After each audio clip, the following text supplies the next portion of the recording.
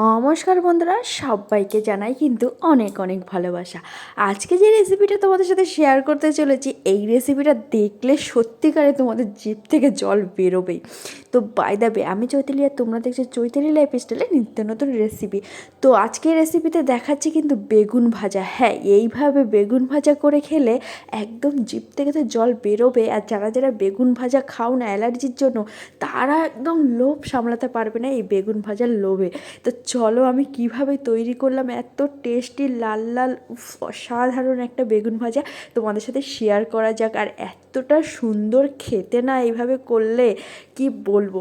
তো চলো ঝটপট করে শেয়ার করি তোমাদের সাথে। তো জিভ দিয়ে জল বেরোচ্ছে তো বন্ধুরা।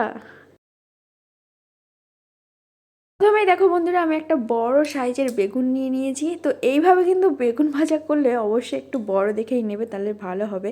তো আমি বেগুনগুলো ভালো করে গোল গোল কেটে মাঝখানে যে অংশটা সেটাও কিন্তু আমি কেটে বাদ দিয়ে দিয়েছি। দেখো গোল গোল রিংয়ের মতো যে অংশটা ছিল মাঝখানে, সেটা কিন্তু আমি কুচি কুচি করে কেটে নিয়েছি একদম ছোট ছোট করে। তারপরে দুটো পেঁয়াজ কুচি করে নিয়েছি, আর দুটো মাত্র রসুন কুচি করে নিয়েছি, আর দুটো কাঁচা লঙ্কা, আর নিয়ে নিয়েছি দুটো ডিম। তো এইদিকে একটা বাটি নিয়েছি, আর বাটির ভিতরে যেগুলো আমি তোমাদের দেখালাম বেগুন পেঁয়াজ, সেগুলো কিন্তু দিয়ে দেবো। এগুলো দিয়ে দেবো। দেওয়ার পর দেবো কিন্তু ডিম। যে ডিম দুটো তোমাদের দেখাচ্ছিলাম ওটা কিন্তু ফাটিয়ে দিয়ে দেবো। তো দেওয়ার পর দেখো কী কী মশলা দিচ্ছি সেগুলো দেখাই। প্রথমে দেখো নুন নিয়ে নিয়েছি, তারপরে ধনে গুঁড়ো, তারপরে হলুদ গুঁড়ো, তারপরে কাশ্মীরি লঙ্কা, তারপরে হালকা জাস্ট গরম মশলা নিয়ে নিয়েছি। আর এদিকে নিয়ে নিয়েছিলাম কিন্তু তোমার পনির মশলা, তোমরা চাইলে নাই নিতে পারো পনির মশলাটা। তো আমি সব কিছু কিন্তু সেই মানে তোমার বেগুনটা পেঁয়াজটার ভিতরে দিয়ে ভালো করে কিন্তু দেখো মেখে নিয়েছি, একটা পুর তৈরি করে নিয়েছি। ঠিক আছে, তো এই দিকে দেখো আমার বেগুন যেটা ছিল, বেগুনের ভিতরে দিয়ে দিয়েছি স্বাদ মতো নুন, আর দিয়ে দিয়েছি হাফ চা চামচ হালকা হলুদ গুঁড়ো। আর দেওয়ার পর কিন্তু ভালো করে হাতের সাহায্যে মিশিয়ে মাখিয়ে নিচ্ছি ভালো করে, যাতে নুন হলুদ সব কিছু বেগুনের ভিতরে ঢুকে। তো এইদিকে দেখো আমার পুরো কমপ্লিট হয়ে গেছে মাখানোর। এইদিকে গ্যাসও তো কিন্তু ধরিয়ে দিয়েছি, আর গ্যাস ধরানোর পর কড়াইও বসে দিয়েছি গরম করার জন্য।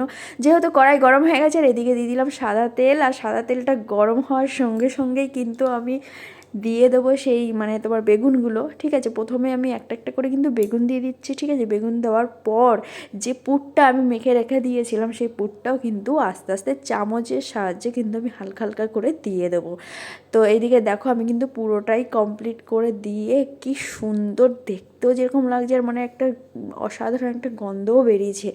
আর তারপরে কিন্তু গ্যাসটা কিন্তু কমিয়ে দিতে হবে, এটা গ্যাস বাড়ালে হবে না, নাহলে পুড়ে লেগে গেলে বা পুড়ে গেলে ভালো লাগবে না খেতে। তো আমি এদিকে গ্যাস কমিয়ে কিন্তু ঢাকা দিয়ে দিয়ে ভালো করে চেপে চেপে কিন্তু দেখো উল্টে উল্টে ভালো করে ভেজে নিচ্ছে। প্রথমে একবার ঢাকা দিয়ে ভালো করে নিয়ে সেদ্ধ করে নিয়েছি তা এক সাইড, আর তারপরে ঢাকনাটা খুলে উল্টে দিয়ে তারপরে চেপে চেপে দিয়ে কিন্তু আমি আবার ঢাকনা আটকে কিন্তু ভালো করে সেদ্ধ করে নিচ্ছি। দেখো কি সুন্দর দেখতেও কিন্তু অসাধারণ লাগছে। তোমরা অবশ্যই কিন্তু এইভাবে করে একবার খাবে।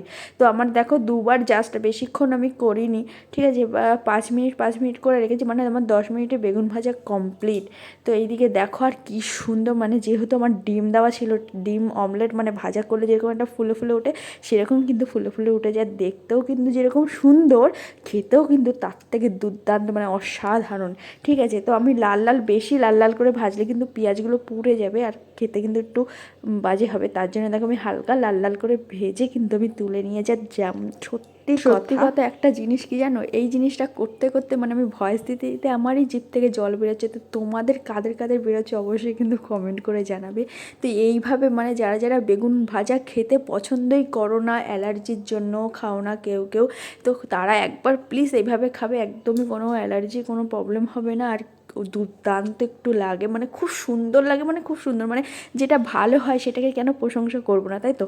তো যাই হোক, এই ভিডিওটা কেমন লাগলো তোমাদের অবশ্যই কিন্তু কমেন্ট করে জানাবে। যারা যারা নতুন বন্ধু আছে প্লিজ চ্যানেলটাকে সাবস্ক্রাইব করে দেবে। আর আমার ভিডিওটা যদি খুব খুব ভালো লাগে তাহলে একটু শেয়ার করতে কিন্তু একদমই ভুলো না। আগামীকাল আরও ধামাকা ভিডিও নিয়ে রেসিপি নিয়ে কিন্তু আবার দেখা হচ্ছে।